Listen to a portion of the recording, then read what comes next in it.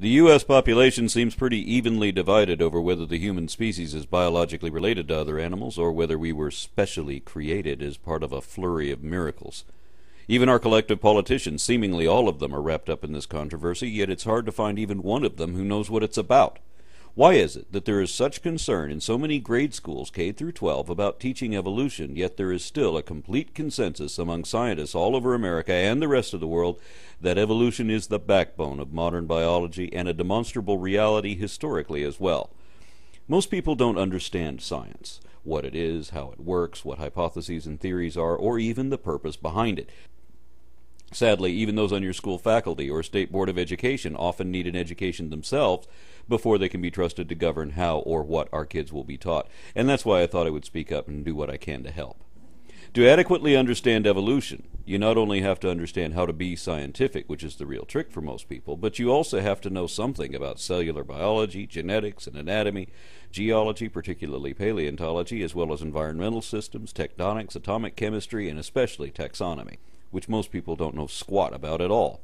Most people who accept evolution also tend to know a whole lot about cosmology, geography, history, sociology, politics, and, of course, religion.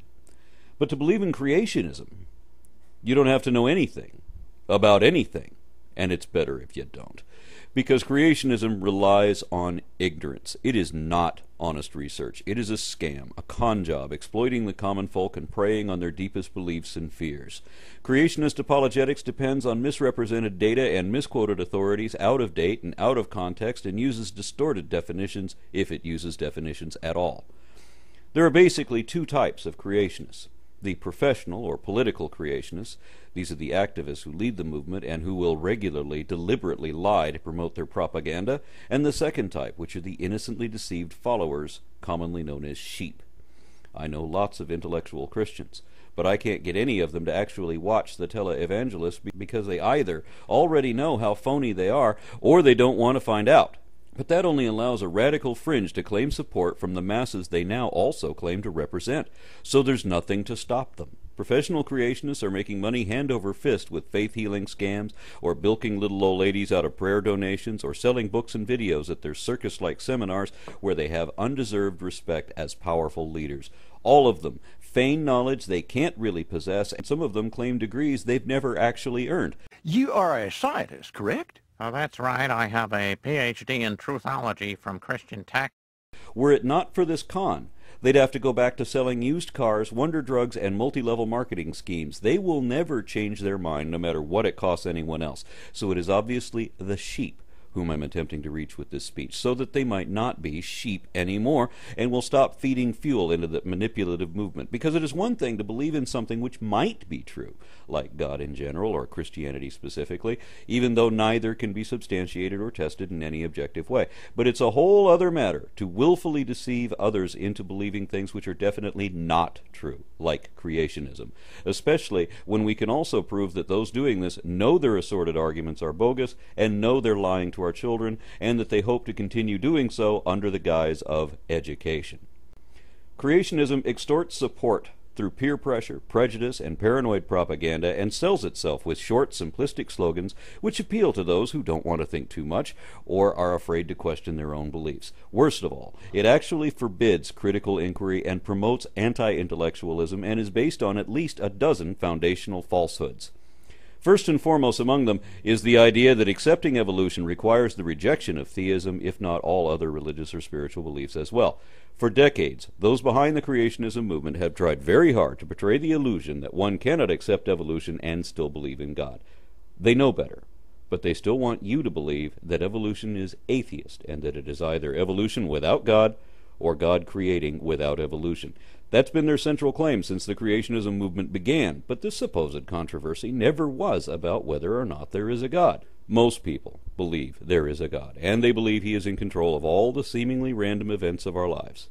This is true of most of the people who accept evolution. Also, most of them believe in God as well, and they believe that God is in control of evolution, that evolution, like every other system in nature, is part of God's design.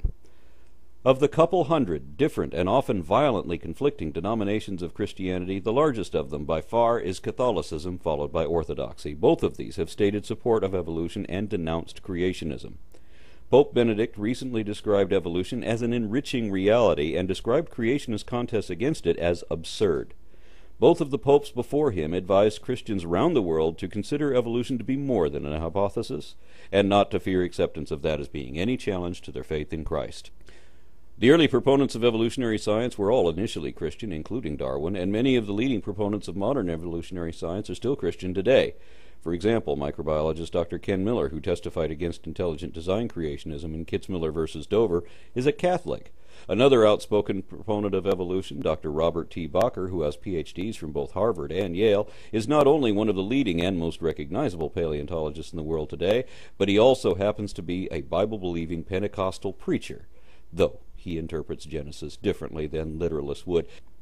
In his book, Bones, Bibles, and Creation, he says that to treat the Bible as though it were common history is to degrade its eternal meaning.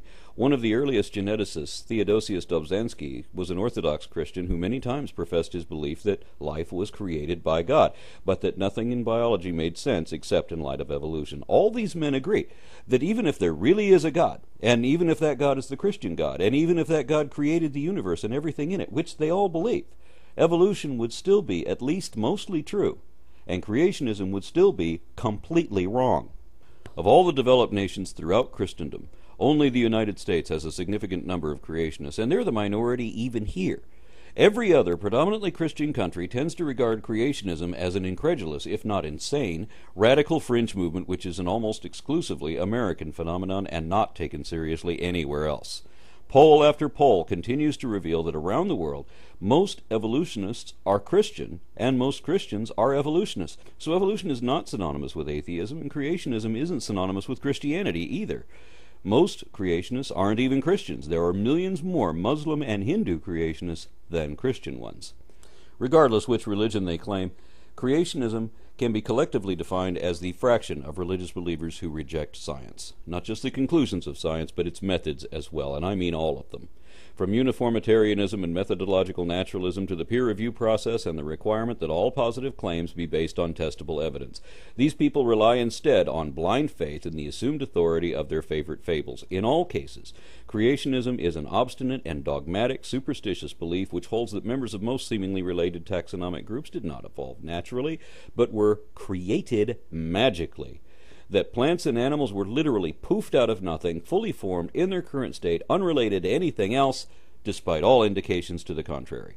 Creationists may side with Western Abrahamic religions, being the Judeo-Christian Islamic mythos in which there are conflicting versions of the same tales, or creationists may belong to one of many Eastern religions where the sacred stories of creation are much older, completely different, and dedicated to other gods and pantheons. But in every case, the proposed creator is supernatural, meaning that it is not a part of perceptible reality. Therefore, it is undetectable by any testable means and can only be assumed to exist for subjective, emotional reasons or as a result of cultural indoctrination rather than because of any measurable evidence or logical rationale. In other words, there's no way to say if it's really there. Worst of all, there's also no way to distinguish anyone's gods or ghosts from the imaginary beings some primitive folks just made up, either. This doesn't mean no God exists, but it does mean that science can't say anything about them, because even if gods are real, they still don't appear to be, and apparently don't want to, since all the holy books demand that they be believed on faith alone. As there is nothing anyone can verify and thus actually know to be correct about gods, then science is unable to make any comment about them at all, because science can only ever investigate things with demonstrable evidence which can be tested or measured. From the creationist perspective, the method or mechanism of creation which these mystical beings use is nothing more than a golem spell, where clay statues are animated with an enchantment, or it's an incantation in which complex modern plants and animals are spoken into being. That's right, magic words, which cause fully developed adult animals to be conjured out of thin air, or a god simply wishes them to exist, so they do. That's it. There really is nothing more to it than that. Pure freaking magic by definition. Remember that the next time you hear anything from a creation scientist. So for those who believe in God, the question really is how God created and whether that was by one of many inextricably integrated natural systems he seemingly designed, or whether he simply blinked, wiggled his nose, wished upon a star, and said, "Abracadabra."